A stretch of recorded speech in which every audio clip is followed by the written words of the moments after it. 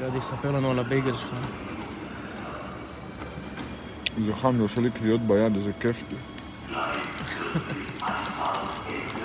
קצת גשום, אבל לא נורא.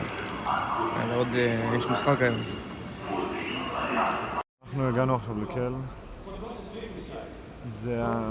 זו הקתדרלה הגדולה, הנוף שמקבלים ביציאה מתחנת הרכבת.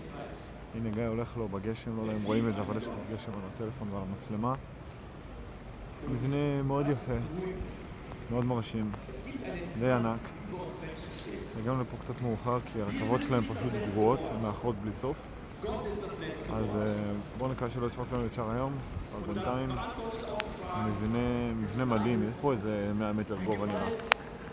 אנחנו בתוך הכנסייה ענקית, מאוד גבוהה, בלי יותר מדי קישוטים. יש את כל הציורי חלונות היפים לכל הרוחב שלה, אם אתם מצליחים לראות, פה נגיד רואים את זה יפה.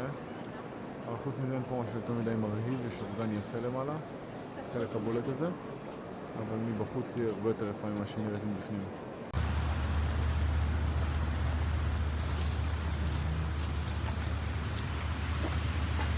זה מוזיאון השוקולד היפה, אבל יש פה תורים מטורפים וזמן המתנה פסיכי של איזה שעה, אז החלטנו לא להיכנס, אנחנו בזמן קצר למשחק, אבל פשוט ביקרנו בחנות. גיא, תראה להם מה קנית בחנות.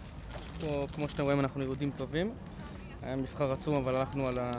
פררו רושה סטייל כאלה. קלאסים, לא, אבל הלכנו על אלה שמכינים פה במקום, אמרנו, אנחנו תומכים במקומיים.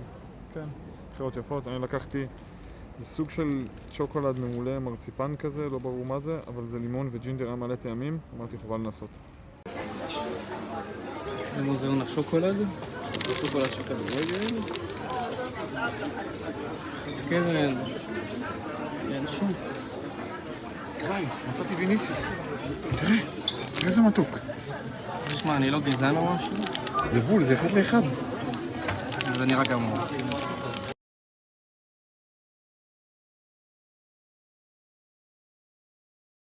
אני וגיא בדרכנו לאצטדיון של ביירן לברקוזן.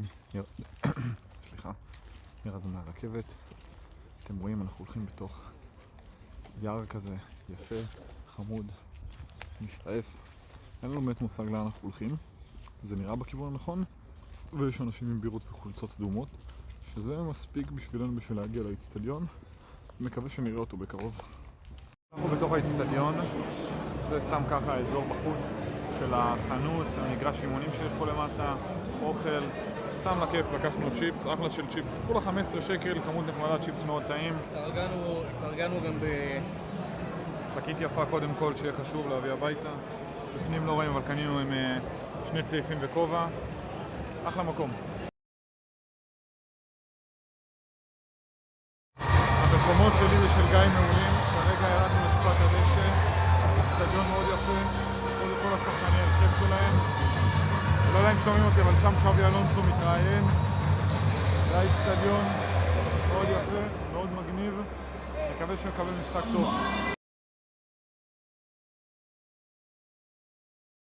אז אחרי המשחק אני וגיא הלכנו לאיזה פיצריה, תראה להם את השאריות. אני סוחב את זה כבר שעתיים בערך, אני לא מרגיש את פרק כף היד, כאילו חצי שעה בערך. הייתה פיצה סבירה, אבל חיכינו איזה 40 דקות, כבר כעסנו עליהם. ואז עשינו השלמות של קניות ב-DM וסופרים וכל מיני שטויות כאלה. ואנחנו כל כך גמורים שאין לנו כוח לצאת עכשיו, למרות שהיום שבת בערב וכל הברים פה יחסית מלאים, אבל רוב באנשים מבוגרים. אז אנחנו פשוט נלך לחדר, נאכל חטיפים וגלידה ונלך לישון.